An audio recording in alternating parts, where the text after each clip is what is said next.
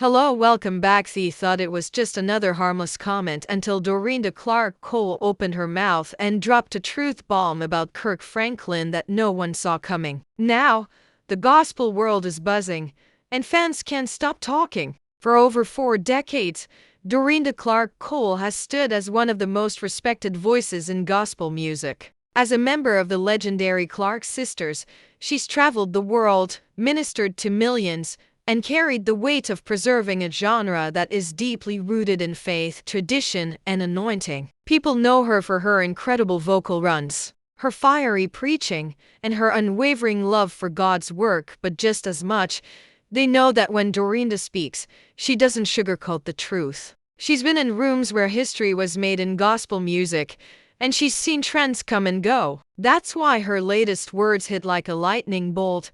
The moment happened during an intimate conversation about the state of gospel music in today's culture. Dorinda had been reflecting on her journey, sharing touching memories of her sisters, their mother, Dr. Maddie Moss Clark, and the sacrifices they made to keep gospel pure in its message. She spoke with pride about the battles they fought to bring gospel to bigger stages without compromising its spiritual core. But then the interviewer mentioned Kirk Franklin, a name that immediately brings strong opinions no matter where you are in the gospel community. Dorinda paused. There was a noticeable shift in the atmosphere. The room grew quieter, and you could almost feel the anticipation hanging in the air.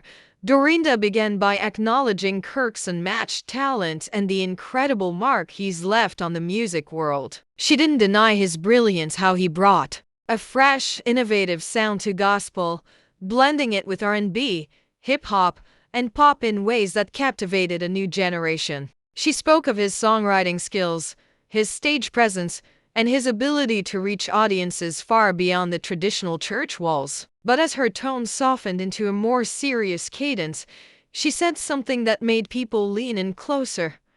Kirk has brought gospel to places it's never been before. But we have to ask ourselves, at what cost? She went on to explain that in her eyes, the genre was beginning to drift too far into entertainment and not enough into ministry. She said it with grace, but also with a firmness that left no room for misunderstanding. We can't lose the anointing for the applause, she declared, a statement that would soon be repeated across countless social media posts, podcasts, and church sermons. Her point wasn't to attack Kirk personally, she made that clear, but to spark a much-needed conversation about the heart of gospel music in an age where commercial success often overshadows spiritual impact. Almost immediately after the interview aired, fans reacted with a whirlwind of emotions. Some praised Dorinda for saying what many had been thinking but were too afraid to voice. They thanked her for standing up for the spiritual integrity of gospel music, for reminding artists that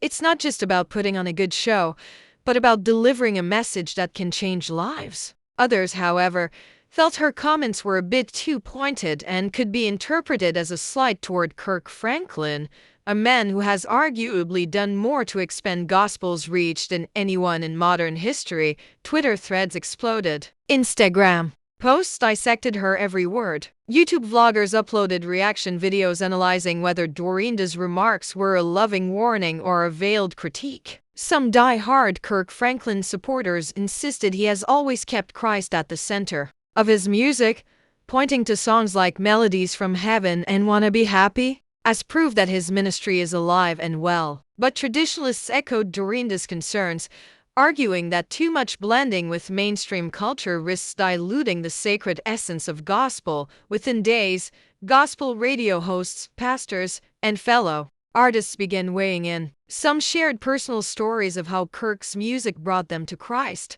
while others lamented that church choirs today often mimic secular sounds more than they do hymns or traditional gospel arrangements. A few insiders even hinted that conversations like this have been happening behind closed doors in the industry for years, but Dorinda's willingness to say it publicly was what made it explode. Meanwhile, Dorinda was asked about her comments. In a follow-up interview, her response was calm and unwavering. "Kirk is my brother," she said, "and family tells family the truth. I love him enough to speak on what I see, because I care about the direction we're all going." She stressed again that her words were not an attack but a call for balance, a plea for artists to remember that while innovation is good, the power of gospel lies in the anointing, not in its ability to mimic the world.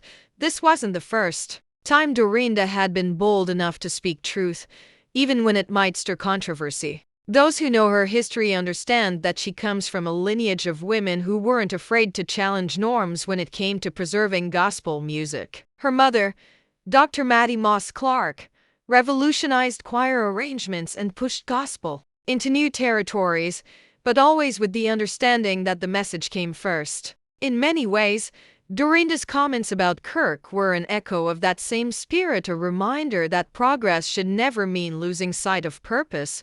Kirk Franklin's journey and contributions to gospel cannot be erased, and Dorinda never suggested they should be. But in the end, her words served as both a compliment and a challenge, a recognition of the doors he has opened, paired with a reminder to all who walk through them to carry the same spiritual weight as those who paved the way. It's a conversation that will likely continue for years to come, as gospel music navigates the tension between tradition and transformation. And as for Dorinda Clark Cole, she continues doing what she's always done, singing, preaching, mentoring, and speaking her truth without apology. Whether people agree or disagree, her voice still commands respect, and her message this time was clear. The world may be listening, but God's voice must remain the loudest in gospel music. In the end, her truth bomb wasn't about tearing anyone down, it was about lifting the standard higher for everyone who dares to step on the gospel stage.